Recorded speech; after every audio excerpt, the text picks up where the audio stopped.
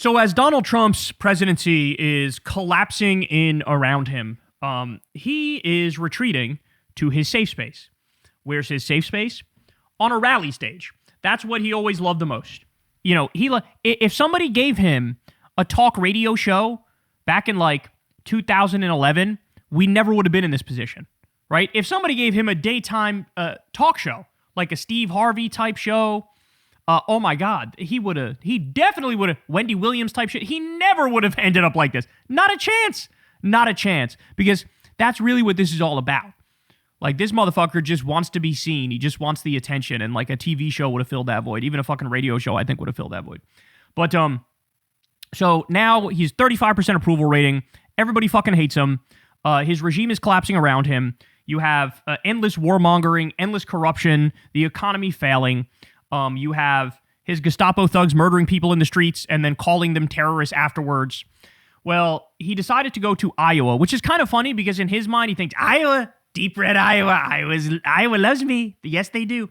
Except a lot of his worst economic decisions ended up hurting red states more, including states like Iowa. So Iowa's GDP dropped 6% because of tariffs on aluminum and steel and the deportations of the meat plant workers that were there.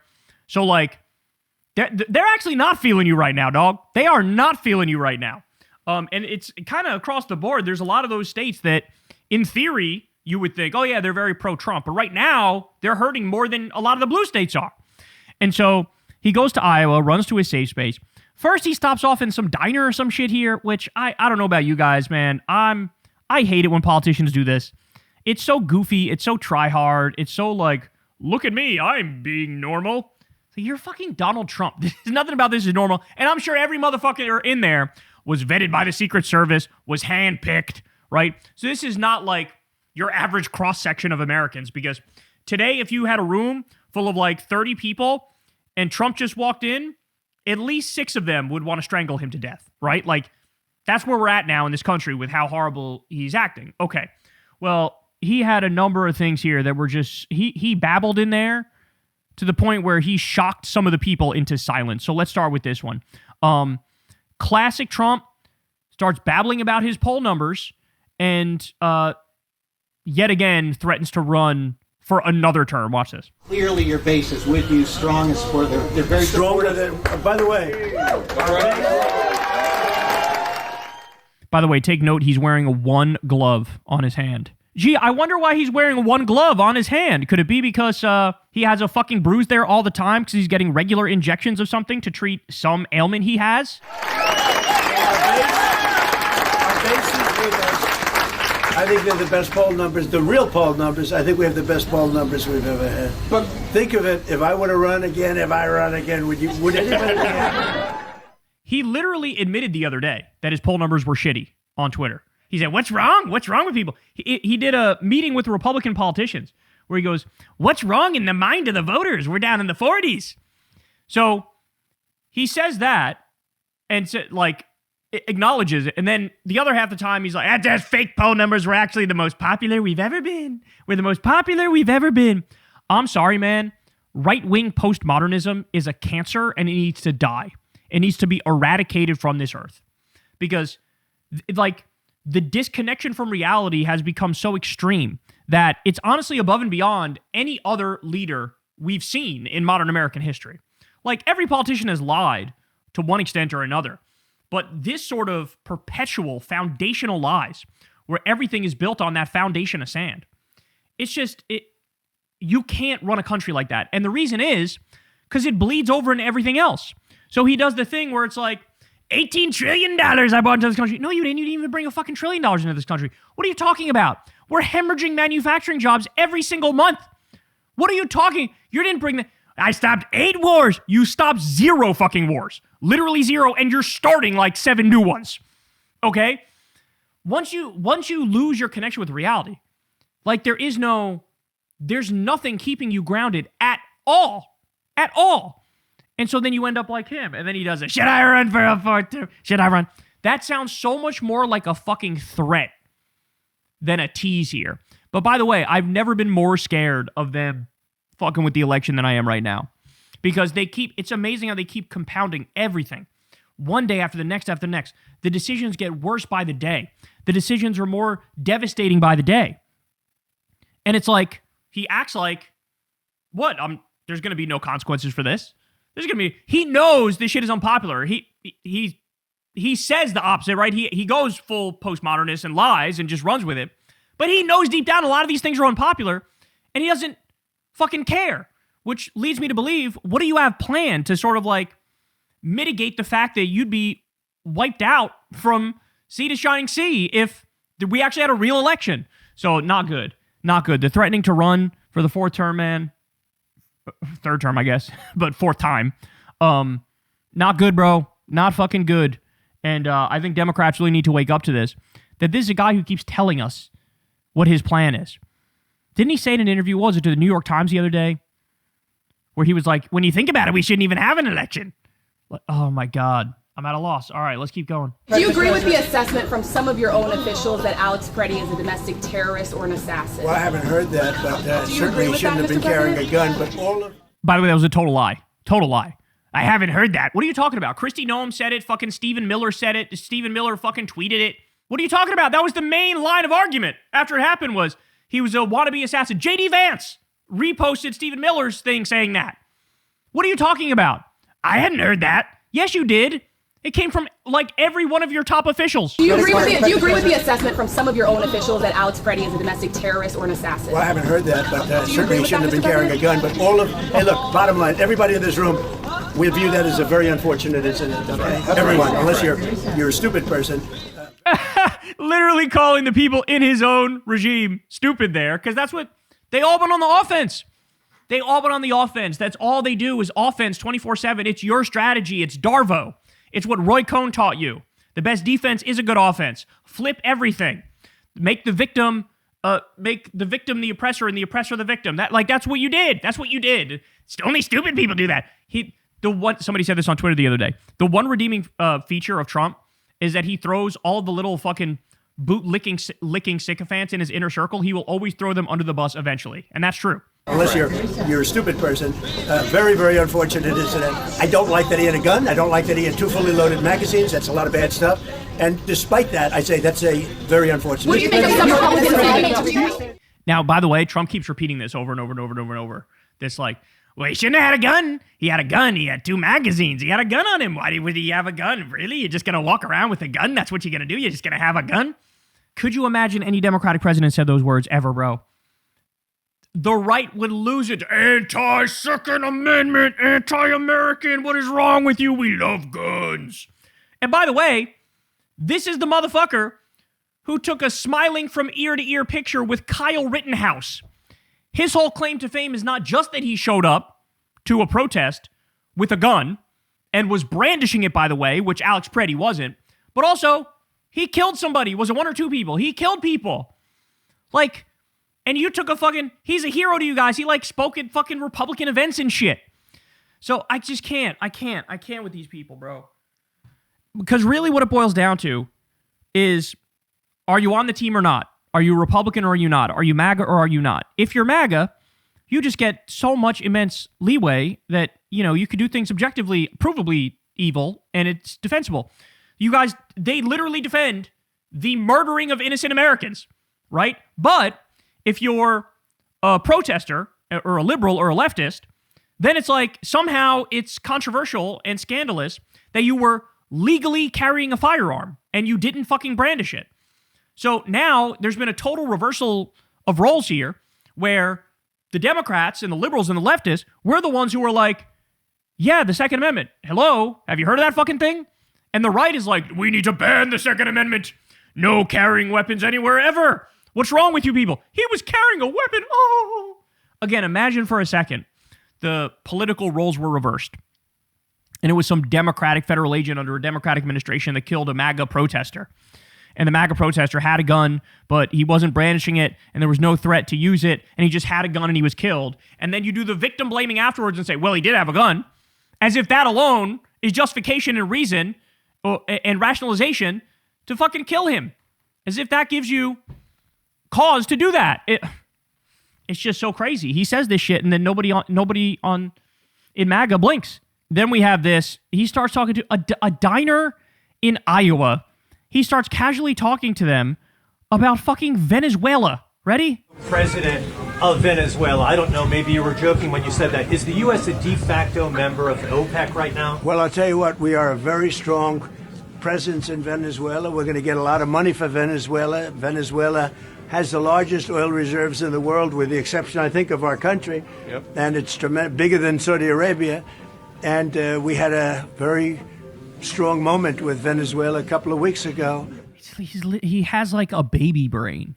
Had a real strong moment. It was such a strong moment. Did you guys see our strong moment with Venezuela? We abducted the president. We came in the country, we carpet bombed Caracas, and we abducted the president illegally. That was very strong moment. And they watch this and they're like, that's my president. We had a very strong moment with Venezuela a couple of weeks ago. And we are working beautifully with Venezuela. I will tell you, they're going to do. We're working beautifully with them. We kidnapped their president, carpet bombed Caracas, killed an 80-year-old grandma named Rosa Gonzalez, killed a 45-year-old single mother who was looking after her kids. We have a great relationship with them now. More than they ever did, that they've done ever at any point. And we're going to be making a lot of money for them and a lot of money for our country. We have a very good relationship with the leaders of Venezuela, and we're going to keep it that way. By the way, just so you know, what happened was they stole Venezuela's oil already. They already stole a big shipment of oil. They took, it was either $200 or $300 million worth out of the $500 million of oil and put it in a private bank account in Qatar under Trump's control, his sole control. Yeah. I mean, this is stuff where if you read it in a history book about somebody in the past having done it, you would literally like laugh and be like, excuse me? What? What kind of fucking insane pirate shit is that? Then he takes a shot at Cuba. Let's listen to what he says on Cuba. Well, we're going to see what happens with Cuba. I don't know. Anybody interested in Cuba in this room? Not too many people. This is not a Cuba room, but... Which, by the way, I love that this motherfucker campaigned on, you know, going to lower the prices, lower grocery prices on day one. I'm going to end the Ukraine war on day one. I'm going to lower the grocery prices on day one. We're going to put America first. America first is what we're going to do. And then now, let me tell you, he's in a fucking diner in Iowa, and he's like, did you guys hear about Venezuela? What about Cuba? You guys interested in Cuba? Should I bomb more countries? Should I steal more countries? Should I take over more countries? I'm going to send $40 billion more to Argentina. That's what I'm going to do. Would you like that if I did that? Would you like that, sir? This guy's a cute one right here. Like, America first literally became America last, and the no new wars guy became like a new war every other day. Like, I don't know. It seems like he needs wars he needs oxygen to survive because there's a fucking new one all the time. That's all right. There are plenty of them around, especially in Miami. And Cuba will be failing pretty soon.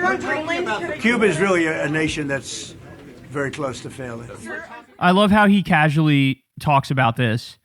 Like, yeah, the reason it's failing is because you're making it fail because you're waging economic warfare and you're deciding to steal their oil too. You overthrew Venezuela. They got a lot of their oil from Venezuela. So now you're making it so they can't get any oil. And so your whole point is to torture the island and starve the island, and in the hopes that the starving people will blame their government and try to overthrow their government. And so then you can rush in and put in a puppet dictator so you can exploit them and you can extort them. And you're like, imagine any other president of any other country bragging on camera, that country's going to fail. That country's going to fail. Like the sadism of that, to openly say, like, this is what we want. This is what we're rooting for, is for, like, all those people to suffer and to be in pain. It's so hard to wrap my mind around the fact that there are people that are that callous and that disconnected from their fellow humans. You know, they got their money from Venezuela. They got the oil from Venezuela. They're not getting that anymore. And then we also have, again, diner in fucking Iowa. And you got him talking about, my polls are the best they've ever been, even though they're like literally the worst they've ever been. You got him talking about Venezuela. You got him talking about Cuba. And then the same day, here he is on Lie Social saying, I'm hearing the great country of Iraq might make a very bad choice for reinstalling Nouri al-Maliki as prime minister. Last time Maliki was in power, the country descended into poverty and total chaos.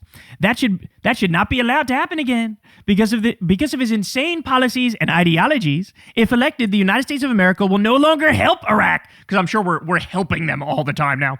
And if we're not there to help, Iraq has zero chance of success, prosperity, or freedom. Make Iraq great again. This motherfucker. You have unemployment going up. You have inflation going up. You have the dollar collapsing. You have gold rapidly rising. You have people unemployed and underemployed. You have a country where basically home ownership is completely out of reach for like everybody under the age of like 50. Okay? You have AI that's already taken over 30% of the entry-level jobs. Over 30%. They're promising they're going to take all the jobs. At the same time, you destroyed Medicaid. You cut off the food stamp money.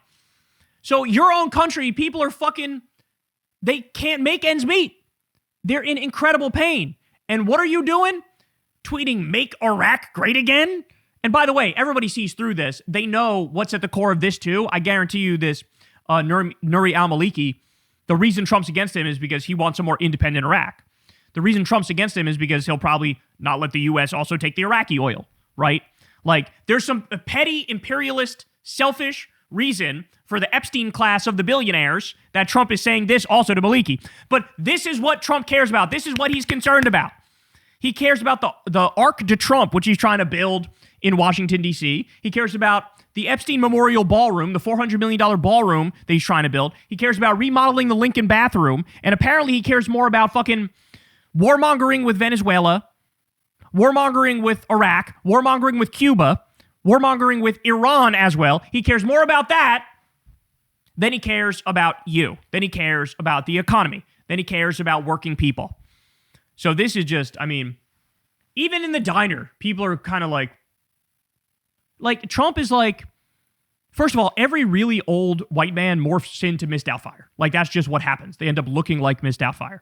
And it looks like he stumbled in and broke out of the nursing home, right? And by the way, really crazy story about his dad. His dad had Alzheimer's and he ended up dying. And towards the end of his life, his dad also insisted on still running his companies and being involved. And it got to the point where he was so irrational and so incapable of making good decisions that what happened was they gave him a fake office and told him he was still in charge and let him boss around the nurses, and the nurses would play along to feed his ego to make him feel like he was still in control until his dying day. But really, he was mentally gone, and he was running a fake office for at least a year, right?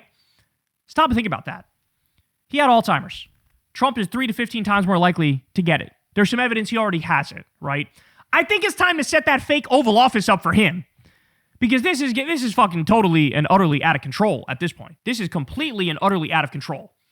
And I think everybody on some level knows it. But now the polls are starting to show it. And I don't think there's anything he could do to reverse this slide. I really don't. Even this rhetorical softening on the Gestapo thugs invading Minnesota, that's not going to be enough. Because people see on the ground, we have cameras, we see on the ground that you motherfuckers are still going full bore. So yeah, I'm telling you, man, something's got to give. This cannot continue the way it's going. It just can't. Hey, y'all, do me a favor and like and subscribe. It helps out big time in the algorithm. Click the bell as well for notifications when videos drop. And watch that video on screen right now. You know you want to.